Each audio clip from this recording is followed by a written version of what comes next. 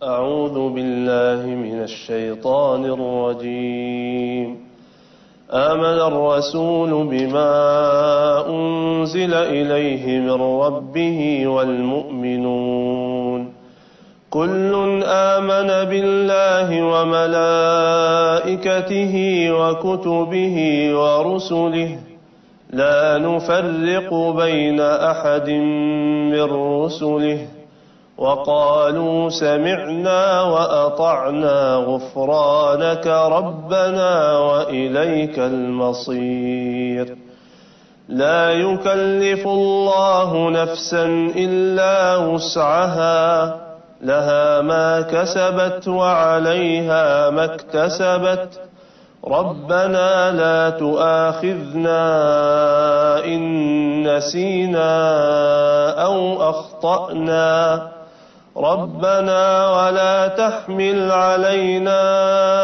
إصرا كما حملته على الذين من قبلنا ربنا ولا تحملنا ما لا طاقة لنا به واعف عنا واغفر لنا وارحمنا أنت مولانا فانصرنا على القوم الكافرين صدق الله العظيم.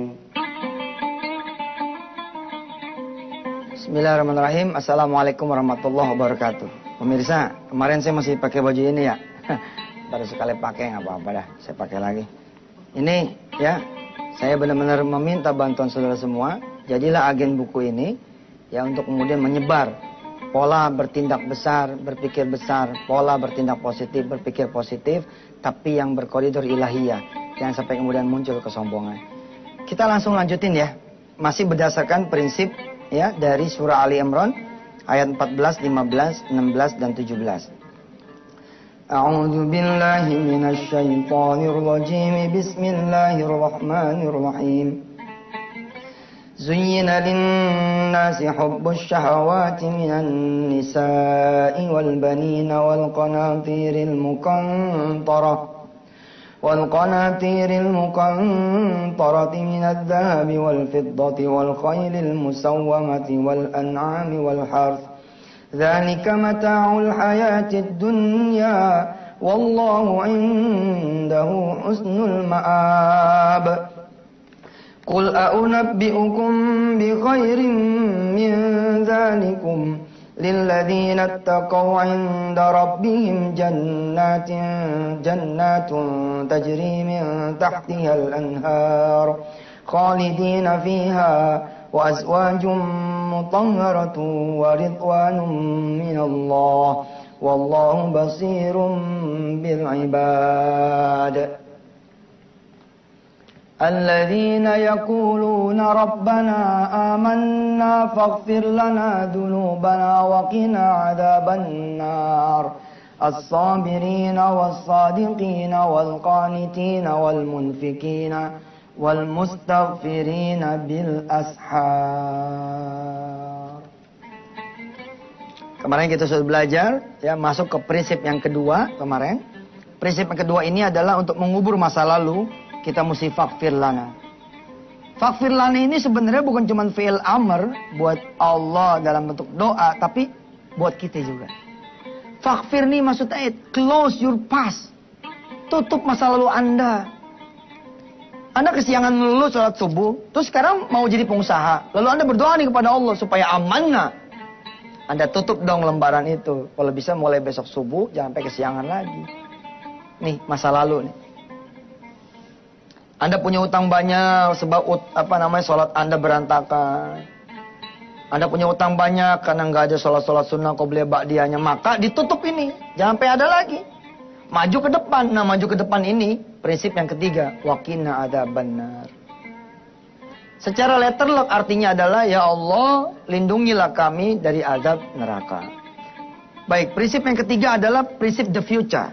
Ini the past, ya. Ini saya bilang the beginning, zero level. Ini the past, before, and ini after, future. Lengkap kan? Wakina ada benar tuh apa? Allah tahu ente dulu berzina. Udah dong, ke depannya jangan zina lagi. Allah tahu ente puasa Ramadan kagak. Udah dong, ke depannya jangan sampai kagak lagi. Ente bayar puasa yang lama yang belum dibayar, qadha namanya, lalu kemudian ente puasa dah. Kalau perlu dengan puasa Senin Kamis dan seterusnya.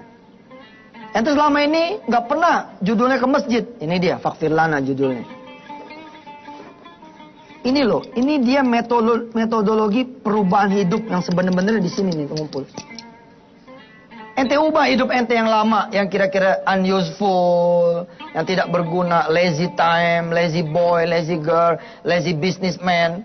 Kamu jadi pebisnis kok malas. Masa lalu tuh, hapus, ganti, change, diganti, badil, ganti. Kemudian yang berikutnya apa? Prinsip yang ketiga adalah wakina ada benar, we talk to the future. Kita bicara ke depan gimana?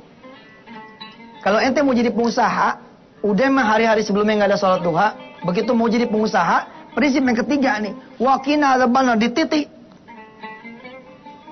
Termasuk meniti wakina ada benar adalah soal-soal yang haram. Perhatikan nih, jadi pengusaha nih halal haram perhatikan. Ya Allah, lindungi kami dari api neraka. Tapi kerjaan ente nerima suapan atau nyuap, terima korupsi atau ngorupsi. Ya? Jangan dirubah nih wakina ini pertahanan defensifnya mesti benar. Pertahanan diri ente yang benar. Ngomong kudu jujur, ya. Ngomong kudu benar. Barang jelek bilang jelek, barang bagus bilang bagus. Ini modalnya nggak segitu nih Pak. Padahal ngangkatnya emang segitu. Tapi kadang-kadang pengusaha kan ada ngelesnya. Ustadz jangan ngitung modal itunya doang dong. Kan ada modal kuliah saya. Kuliah saya tuh habis 100 juta. Oh dibagi sama satu losin kan mahal. Ya elah. Bener juga sih. 100 juta dia kuliah. Terus dibagi sama satu losin. 12 pieces. Ya mahal banget kaos jadinya. Ya. Ngomong yang benar. Ngomong jujur. Wakina. Kita jaga. Masa lalu kita minta ampun. Masa depan kita jaga. Ini dia prinsip jadi pengusaha. Masa lalu kita minta ampun, masa yang akan datang kita jaga wakina ada benar. Insyaallah nanti kita masuk langsung ke prinsip yang keempat, as-sabirina. Silakan yang mau lewat. Terima kasih pemirsa, mudah-mudahan Allah merahmati kita semua dan menjadikan nawaitu kita menjadi pengusaha. Nawaitu saudara-saudara menjadi pengusaha ataupun yang sudah menjadi pengusaha, mudah-mudahan menjadi berkah adanya karena ridho Allah Subhanahu wa taala. Prinsip yang keempat adalah as-sabirina, kesabaran. Ustaz, kalau gitu kita santai-santai aja dong. Punya satu cabang aja dulu, ya kan? Kan sabar. Enggak di situ tempatnya. Baik, as-sabirina kita sabar. Sabar tuh maksudnya gimana? Saya lebih melihat kepada persoalan passionnya. Ya, mungkin kalau pakai contoh lebih enak kali ya. Saya contohin. Ada datang nih orang. Ji, saya dengar tanah yang itu lagi dijual tuh. Tanah yang mana? Kita langsung ambil jas gitu. Kemudian kita jalan nyari tahu tanah yang mana karena kita pengusaha properti misalkan. Nah ini yang saya bilang dia nggak ada sabarnya. As-sabirina nggak begitu tuh. Terus begitu dapat tanah di mana? Di Jatiwarna. Berapa meter? Ada 1 hektar. Terus kita ada duit, kita main bayarin aja. Namanya nggak sabar dia. Kalau pengen sabar bagaimana? Pengen masuk golongan sabar bagaimana? Begitu dapat kita bilang, tanahnya di belah mana Ji? Tanahnya ada di sana. Oh ya udah. Ntar gua nanya dulu deh. Mau nanya siapa? Nanya Allah dulu. Gue ikut dah kalau mau nanya Allah. Di mana ya Allah? Masjid. Ntar kita lohor, kita sholat. Kita minta sama Allah nemenin, kita mau ngeliat tuh tanah. Itu di as-sabirina. As-sabirina juga ini adalah pengertian sabar yang perlu kita bawa kemana-mana. Tapi kita sempitin untuk urusan pengusaha, kira-kira kayak begitu. Kan sabar nih banyak ya. Ada sabar dalam menggunakan uang. Ada sabar dalam menggunakan kekayaan. Ente dapat duit nggak sabar, cepat habisnya. Tapi ente dapat duit sabar, gitu. Ngelolanya yang teratur. Gitu. Nah kita bawa urusan as-sabirina ke 8 prinsip pengusaha. Di antara as-sabirina adalah ente sabar. Ustadz, kalau saya pengen buka cabang kedua, 3, 4, 5, apa yang mesti saya lakukan? Yang mesti ente lakukan pertama adalah amanah, ente yakin ente bisa buka 2, 3, 4. Tapi ente juga fakfir lana. Fakfir lana gimana? Di outlet yang pertama, ente cari tahu dosa-dosa apa sama Allah. Ente, karyawan, keluarga. Di sini nih, cari tahu dulu nih. Di episode yang ini. Supaya Allah nggak begini nih. Ente nih. Minta cabang yang kedua. Dikasih cabang 1 aja, sholatnya udah 2:30 mulu loh. Bagaimana ntar cabangnya ada 2, ada 3, ada 4, ada 5. Nah ini benerin, diperbagus. Ntar cabang kedua ada sendiri, cabang ketiga ada sendiri, cabang keempat ada sendiri, cabang kelima ada sendiri. Sabar. Ente yang main langsung gampang ngutang aja tuh namanya nggak sabar tuh. Punya tanah kosong, ya, main langsung datang aja gitu ke bank, minta supaya dibangunin nih ruko, namanya nggak sabar. Kalau emang harus ngutang juga, ya ngutang lah. Tapi sebelum ngutang ke Allah dulu. Rapin dulu ke Allahnya, kita sholat duha. Ya, waktu di acara TDA ya, bersama Mas Rondi dan kawan-kawan TDA di seluruh tanah air, saya bilang tuh, gimana orang udah punya tanah kosong, pengen dijadiin ruko-ruko, datanglah ke Allah. Bawa 10-20 anak yatim ke atas tanah kosong itu. Bikinin deh tuh anak-anak rendangnya, telur baladonya, istri ya bawa tiker-tikernya, bikinin teh-teh manisnya, berangkat ke tanah kosong. Kebetulan lokasinya ada di pinggir jalan raya tuh tanah kosong. Bagus nih, sekalian demonstrasi kan ke orang-orang. Begini caranya kalau mau bangun ruko, menurut Yusuf Mansur. Berdasarkan dari pengajaran guru-gurunya, para ulama-ulama, sampai kemudian dari Rasulullah SAW, gimana? Ini tanah diajak berdoa. Ini tanah didoakan. Masuk ke tanah ini bersama 10-20 anak yatim. Pasang tikernya. Makan dulu yang kenyang. Habis itu kemudian pada wudhu, sholat duha di atas tanah itu. Jam 8, jam 9 pagi. Subhanallah. Orang lewat pada ngeliatin. Itu kok orang piknik di sini. Bukan di kebun raya, di pikniknya malah di sini. Supaya orang gak pada nanya gimana? Ente pasang spanduk. Cang, maaf kami lagi doa. Maaf kami lagi sholat duha. Insya Allah itu riak namanya ya. Gak usah bilang-bilang, biar aja orang lewat pada nanya. Ada apa sih itu kok rame banget? Oh ada anak-anak pada doa. Oh ada anak-anak pada makan. Insya Allah bakal banyak yang berdiri gitu. Kenapa? Karena pengen rendangnya. Pak boleh tuh rendangnya. Ya kalau ada yang begitu, Pak aja. Pak sini. Mau sekalian makan gak sini? Tukang becak suruh masuk. Iya gak? Ustadz kita bawa rendangnya cuma buat 20 orang. Bisa lo belah-belah aja, suwir-suwir. Biar pada gampang tinggal beli nasi kosong aja, nasi putih gitu ya gak? Ajak doa di sini. As-Sabirina namanya. Ustaz, bakalan ke bank gak? Silahkan datang ke bank. Tapi ke Allah dulu.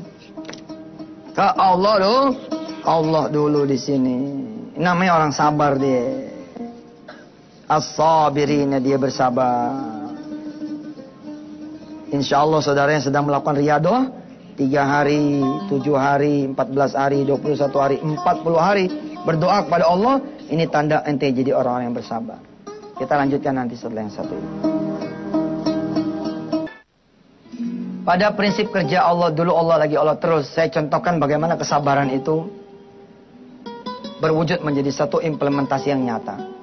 Saudara dikaruniai seorang anak ya yang sedang butuh duit 10 juta untuk bayar biaya kuliahnya. Lalu kemudian pada saat yang sama saudara mendapati adiknya saudara habis jual tanah. Punya tuh dia duit kira-kira 0,5 miliar atau 1 miliar. Yang kalau ente datang ke sono 10 juta aja mah insya Allah dipinjemin, bahkan mungkin dibagi. Tapi kalau ente langsung jalan aja begitu, maka ente bukan orang-orang yang sabar. Gimana? Ente ajak anak ente doa dulu sama Allah. Kalau emang bakalan jalan ke adik ente yang jual tanah itu, ente pastikan ente udah sholat, ente udah doa, ya, ente udah doa juga kepada Allah. Mantap, cakep. As-Sabirina. Jangan pakai perasaan. As-Sabirina ini juga mengajarkan kepada kita planning, by planning. Gimana sih caranya? Yang udah 200 agen, yang udah 20 agen jadi 200. Tetap pakai planning. Bagaimana planningnya diukur? Kira-kira kalau kita langsung endorse ngundang 200 agen, kira-kira sanggup nggak nih ini? Kalau ente belum sanggup, ente langsung gedein ini, memang percaya diri sih percaya diri, tapi Allah bikin di pagernya as-sabirin. Dihitung dong yang baik, kapasitas produksi bagaimana ceritanya. Nasi uduk nih, laku terus nih satu baskom. Kalau kira-kira kita masang lagi meja yang sebelah, kita bikin baskom yang kedua, apakah bakal laku juga apakah enggak? Bikin risetnya. Coba nasi uduknya pakai riset. Mana ceritanya tuh? Ustaz, iya, ini kan ceritanya pengusaha. Riset itu kan bisa riset kecil-kecilan sambil ngobrol sama tetangga kanan kiri, ya kan? Nasi uduk kita gimana? Demen kagak? Demen. Tapi abis melulu, anak aneh nggak kebagian terus. Oke. Orang-orang sabar loh untuk mengeluarkan produk tuh, untuk mengeluarkan produk. Another stories ya, another apa? Ya? Varian ya. Itu dia mengadakan riset produk dulu. 2-3 bulan dia bikin kuesioner.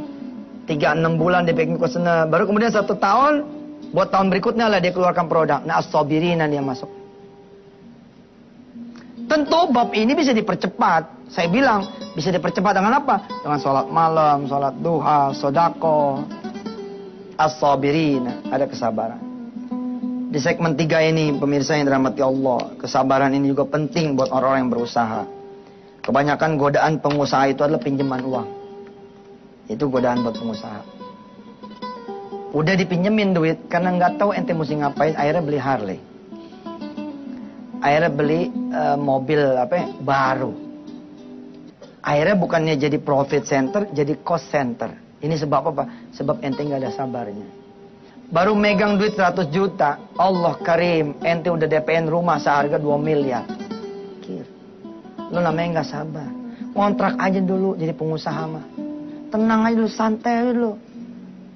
Mau pakai mobil gampang. Taksi sekarang banyak yang mobil Alphard. Kalau pengen jajalin aja mah, bang saya mau naik semenit, bisa nggak? Biar nggak banyak bayar. Bisa pak, jadi tutup pintunya. Siap udah gue naik. Nah pokoknya biar ngerasain aja nih apa kayak gimana kayak gitu. Jangan pakai nafsu lu beli. Mobilnya mewah, rumah mewah, segitu aja senengnya, segitu aja. Habis itu mau udah jadi kos. Gimana sabar dong. Saya dulu usaha pak. Sekarang pun masih insya Allah usaha. Waktu saya usaha jatuh. Apa kata teman Cina saya? Orang kayak lo mah gitu saya. Digituin sama teman-teman Cina saya dulu. Orang kayak lo mah bodoh. Waduh saya jadi orang Indonesia ya. Tapi karena dia juga emang Cina Indonesia juga ya. Apa namanya? Tapi bagus saya punya teman Chinese itu bagus. Maksudnya dia tuh mengencourage saya gitu loh. Supaya jangan stupid kayak bangsa-bangsa Melayu. Nah, maaf ya bangsa Melayu. Tapi emang begitu sih kita mah. Nggak ada prihatinnya kalau kata orang. Nih asobirinnya nggak ada. Pengennya sohor. Nggak ada prihatinnya. Baru ngelangkah udah mau lari. Baru bisa lari udah mau ngebut. Ya capek. Apa kata teman Cina saya tuh? Coba lo tuh ya. Kayak gua nih, pengen duren, tukang duren lewat. Ya beli aja satu. Sekedar hilang tuh rasa durennya. Selesai. Belum jadi orang kaya, pakai jas yang 2 juta. Nggak taunya gesek kartu kredit. Coba, asobirinnya mana? Sepatu nih. Ini belinya nih di mana coba? Di mana coba? Beli di mana? Cipulir. Ini begini Cipulir 75, asal kuat nawar aja. Yang penting kan nawarnya itu. Seninya beli di pasar-pasar tradisional kan nawarnya ya. Pemirsa sampai ketemu besok kita mulai masuk nanti as-sadiqina. Nih, as-sadiqina. Saya tunggu pemirsa ya mudah-mudahan saudara bisa menjadi agennya Yusuf Mansur di www.yusufmansur.com atau di SMS 0812 197 2222 42-nya. Terima kasih. Wassalamualaikum warahmatullahi wabarakatuh.